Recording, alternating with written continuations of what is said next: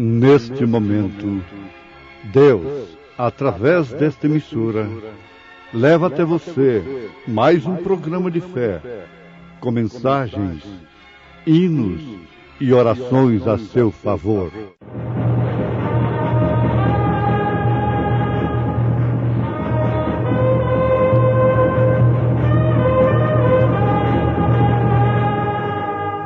Fé para vencer.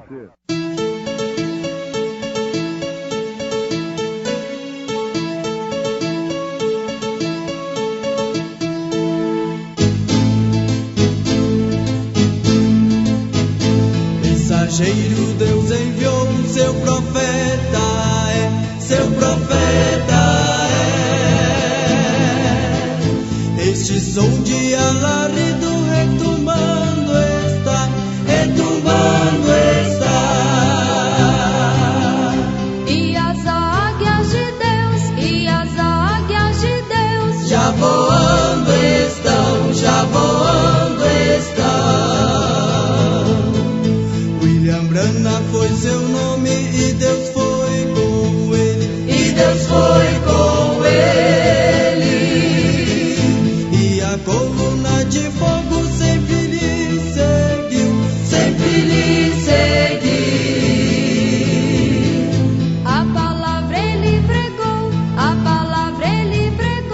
com fidelidade. Na verdade vos digo, que aquele que crê em mim, também fará as obras que eu faço, e as fará maiores do que estas, porque eu vou para meu Pai.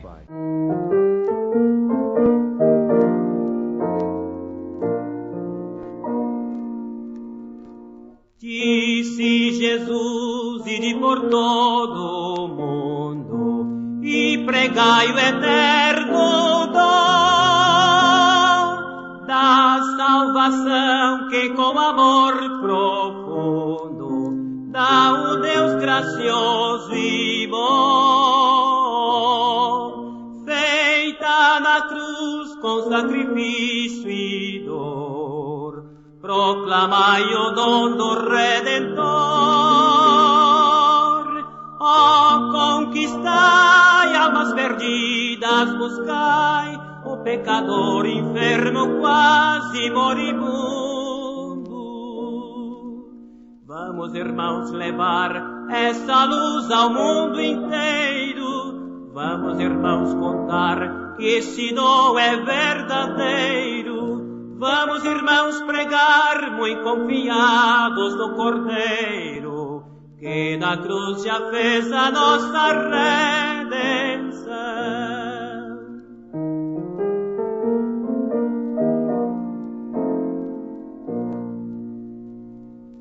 Firmes levemos a mensagem santa do Evangelho de Jesus,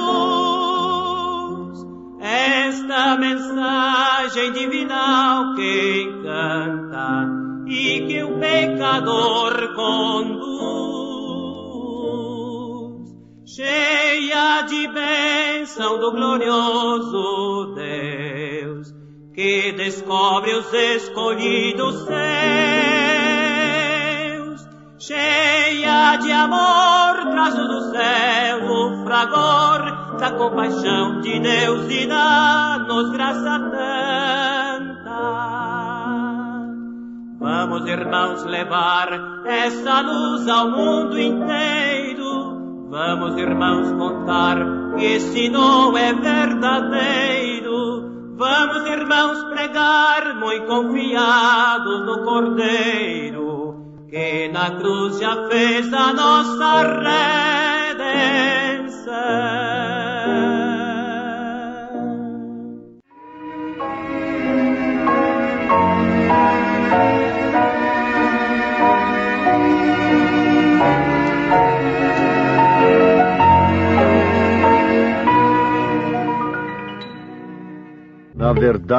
Na verdade vos digo, que aquele que crê em mim, também fará as obras que eu faço, e as fará maiores do que estas, porque eu vou para meu Pai.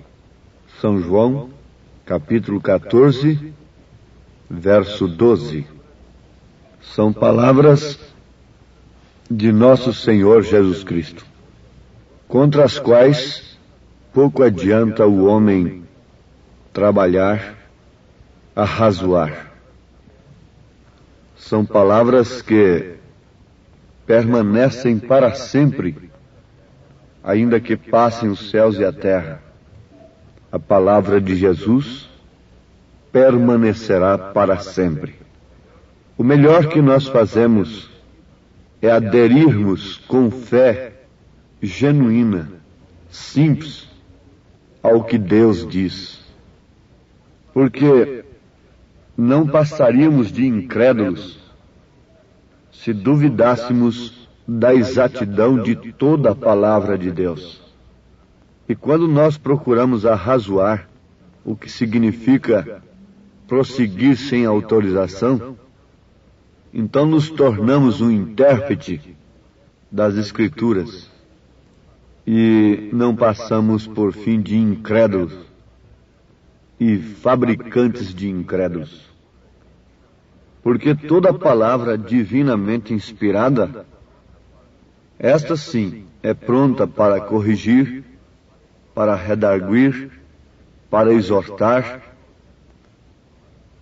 promovendo o verdadeiro resultado para o qual ela foi enviada. E esta, sendo a palavra de Deus, não volta vazia.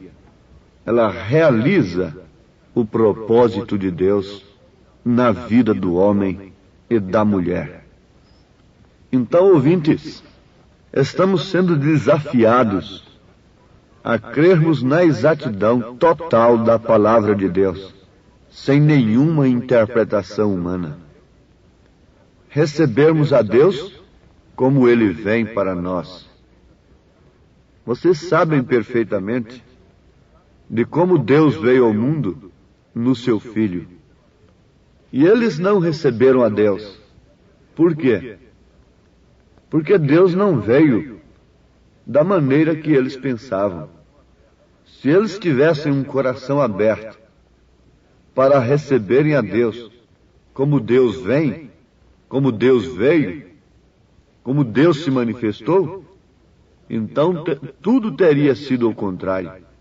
Jesus teria sido recebido, mesmo nascendo de um pobre casal ali, numa manjedoura, tão simples, tão humilde, eles teriam recebido. Por quê? A exatidão da palavra era justamente aquilo. Não resta dúvida. Agora, ele seria forte na verdade, de acordo com as profecias, mas não de acordo com os pensamentos humanos, não de acordo com a maneira humana, não de acordo com a tradição. Ele também viria sobre um asno, ele seria homem de trabalho, ele seria homem de dores, ele seria provado em tudo, e eles conheciam estas Escrituras. O importante é isto. Como nós conhecemos a Bíblia hoje, praticamente de cor, como muitos conhecem hoje. Mas não há de se admirar que os grandes eruditos do dia em que Deus se manifestou na manjedoura, apesar de profundo conhecedores das Escrituras, não puderam receber a Deus por causa da maneira que Deus se manifestou. O que não é de se admirar que também os eruditos do presente século e dos séculos passados não tenham reconhecido a Deus da maneira simples que Ele tem se manifestado. Sempre Deus se manifesta em simplicidade. Ele está escondido e revelado em simplicidade.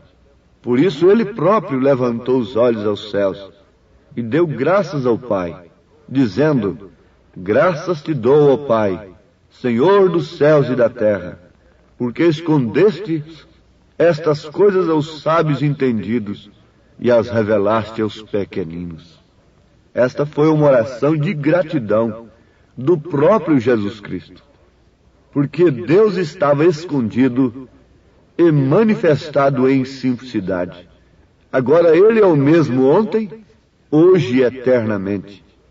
Arrazoar isto é prosseguir sem autorização, é se perder na encruzilhada, justamente onde deveria ter o assim diz o Senhor, a seta orientadora de Deus, o dedo indicador de Deus.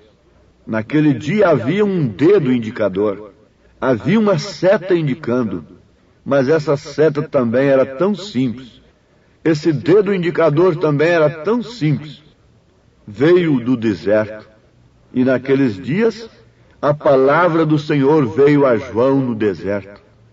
E lá estava aquele homem tão simples, tão humilde, mas com um dedo indicador, dizendo: eis o Cordeiro de Deus, que tira o pecado do mundo. Mas apontando para quem? Para um grande homem, de uma grande posição intelectual, social, religiosa? Não, apontando para o Nazareno, para o Galileu. Vocês não podem ver estas coisas, meus irmãos? Vocês não podem ver e acordarem e se despertarem em tempo? Nos dias em que todo mundo está buscando a Deus, mas através de grandes coisas, através de grandes campanhas, através de grandes talentos, e nunca se pensou em dar tanta coisa boa para Deus como se pensa agora. Nunca se pensou em construir tanta coisa cara, tanta coisa preciosa, materialmente falando, para oferecerem a Deus como se pensa agora? Vamos nos esquecer do culto de Caim? Não. O culto de Caim era muito mais caro do que o de Abel. Era muito mais bonito. Era muito mais precioso aos olhos dos homens. Mas, no entanto, foi um culto aborrecido por Deus, rejeitado por Deus. Ao passo que o culto de Abel era horrendo, era um cordeirinho trêmulo, morrendo, sangrando, e aquilo combinava perfeitamente com o plano de Deus. Agora veja, vamos dar por apercebidos nesse instante. Não sabemos com que angústia Paulo escreveu aos Efésios, clamando: desperta tu que dormes, levanta-te dentre os mortos. Até quando ficareis dormentes, vendo estas coisas diante dos vossos olhos? Se Deus um dia se manifestou em simplicidade, Ele somente se manifesta em simplicidade. Agora, para reconhecer Deus no seu devido tempo, a sua mensagem no seu devido tempo, é necessário que recebamos o Espírito Santo. É necessário que tenhamos o Espírito de Deus. Porque somente aquele que tem o Espírito de Deus reconhece as coisas de Deus. Meus irmãos, o rapto será uma coisa tão sigilosa, tão simples, que se não tiver o sinal, ninguém perceberá. O sinal é o Espírito Santo. O rapto se trata do arrebatamento. Nós falamos rapto porque será escondido do mundo. É como a noiva que está sendo tirada por um noivo, escondida de seus pais. Assim também a noiva de Cristo está sendo tirada pelo noivo, que é o próprio Cristo, escondida do mundo, escondida dos credos, das organizações religiosas, ainda que elas sejam boas. Mas vamos nos lembrar que Rebeca recebeu os dons e teve de deixar a casa de seus pais, por melhores que eles fossem. Ela gostava naturalmente, ela amava os seus pais, ela amava os seus irmãos, mas ela teve de deixar a casa do pai para ir ao encontro do noivo. E é isto que está acontecendo. Tudo aquilo é uma sombra para nós, disse São Paulo. Tudo isso ficou escrito para aviso nosso. Nós estamos na hora em que temos de saber se temos ou não o Espírito Santo. Você pode dizer, mas eu tenho falado em línguas. Olha, isto é um engano do inimigo. Você não se baseie nisto. Você pode falar línguas e não ter o Espírito Santo. Porque língua é simplesmente um dom. Inclusive, Satanás pode personificar todos os dons. Mas ter o Espírito Santo é o próprio Espírito Santo em você. Não simplesmente um dom, mas sim o próprio Espírito Santo. É Deus caminhando em dois pés. É Cristo em você. Falando como Cristo, olhando como Cristo, fazendo as mesmas obras de Cristo, lá no seu posto do dever, como esposa, como mãe, como pai, como um membro simples do corpo, como um diácono, como um evangelista, como um pastor, como um enviado, é fazendo as mesmas obras de Cristo. O olho enxergando, a mente pensando, os ouvidos ouvindo, as mãos apalpando, os pés sustentando, o corpo para esse corpo andar, mas cada um no seu posto do dever, cada um no seu lugar. E quem pode fazer isto? Somente o Espírito Santo. Mais ninguém.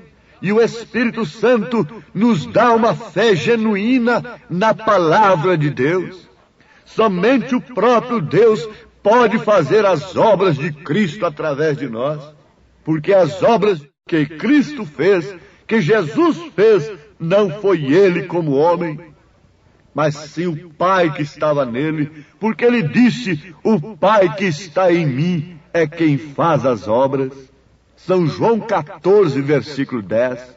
Isso mostra que o Pai não estava distintamente do Filho. Isso mostra que a unidade entre o Filho e o Pai é uma unidade simples, não a unidade como do casal, como de você e de sua esposa. Você não pode falar, quem vê a mim vê minha esposa. No entanto, Jesus disse, quem vê a mim vê o Pai.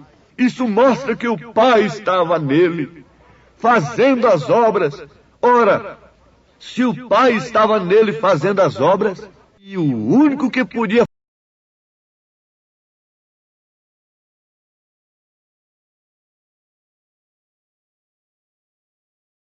Cristo, e o Pai tem que estar em nós fazendo as obras. Quem é que está em nós? É o Espírito Santo. Então é o Pai que está em nós. Quem é que estava em Jesus? Quem foi que desceu lá no batismo no Rio Jordão sobre Jesus? Foi o Espírito Santo. Sim, mas ele disse, o Pai que está em mim é quem faz as obras. De quem Maria concebeu? Foi do Espírito Santo. Então é Deus manifestando-se em ofícios. Pai, Filho e Espírito Santo. Ele tem que se manifestar também em nós. Esse Pai tem que estar em nós. Esse Pai é o Espírito Santo. Maria concebeu do Espírito Santo. E de quem a igreja misturada com o mundo tem concebido nesse dia? De quem você tem concebido sua fé em Cristo? De quem você tem concebido sua fé em Deus? Mais do que nunca você tem que estar certo de que tem concebido também do Espírito Santo. A igreja de Jesus concebe do Espírito Santo. Ele a cobre com sua sombra. A sombra do Altíssimo é aquele que habita no esconderijo do Altíssimo. Diz o salmista que habita sob a sombra do Altíssimo. A sombra do Altíssimo descansará.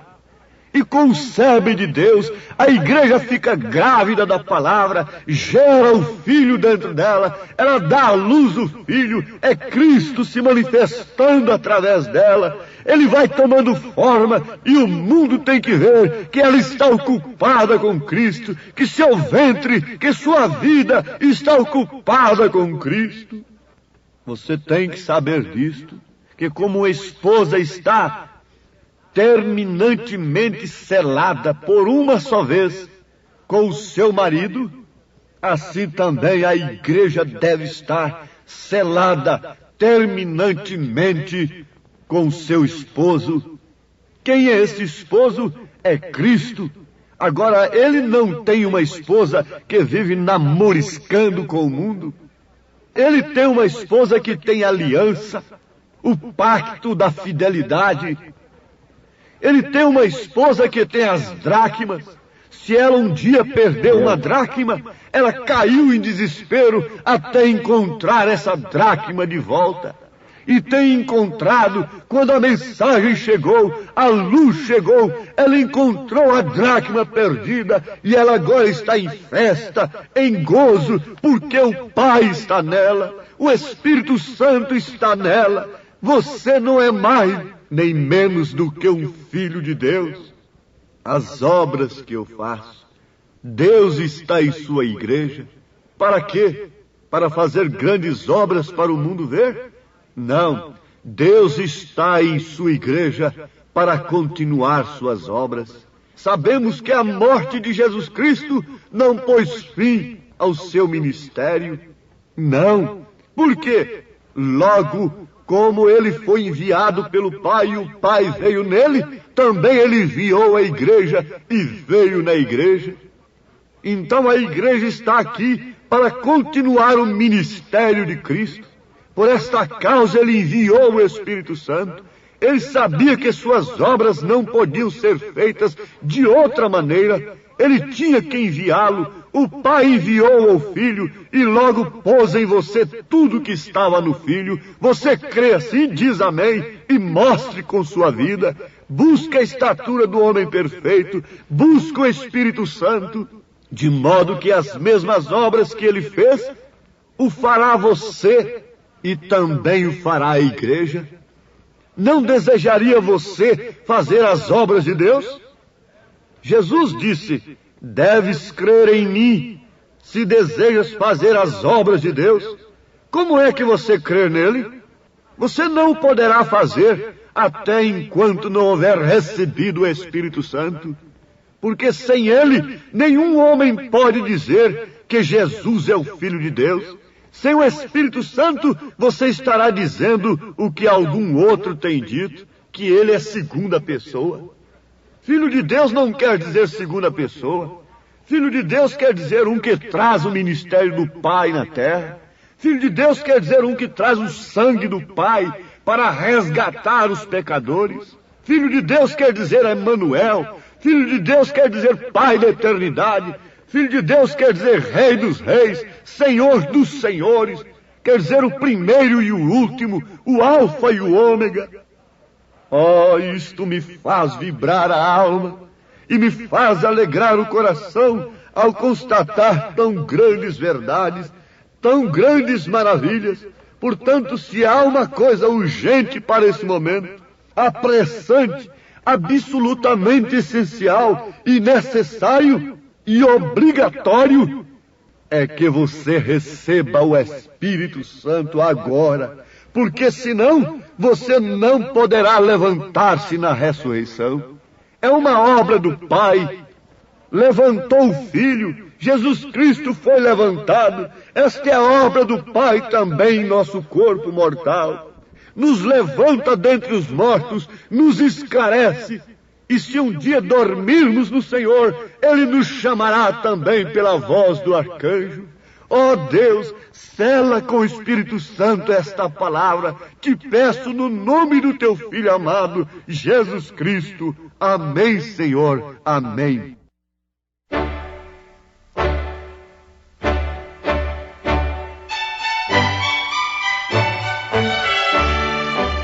Ouvintes, escreva-nos pela caixa postal de número 15.020, 15020, CEP 74-501-970, Goiânia, Goiás.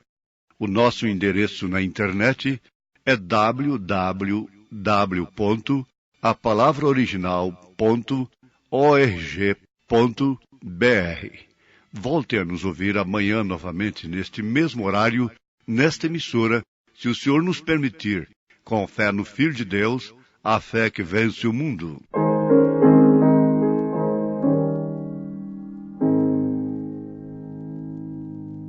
Oh, que mensagem cheia da compaixão de Deus, a do Evangelho Santo, que nos conduz aos céus. Eis a nova, quem em Jesus confia, dele há de ter verdadeira luz, vida, perdão e alegria.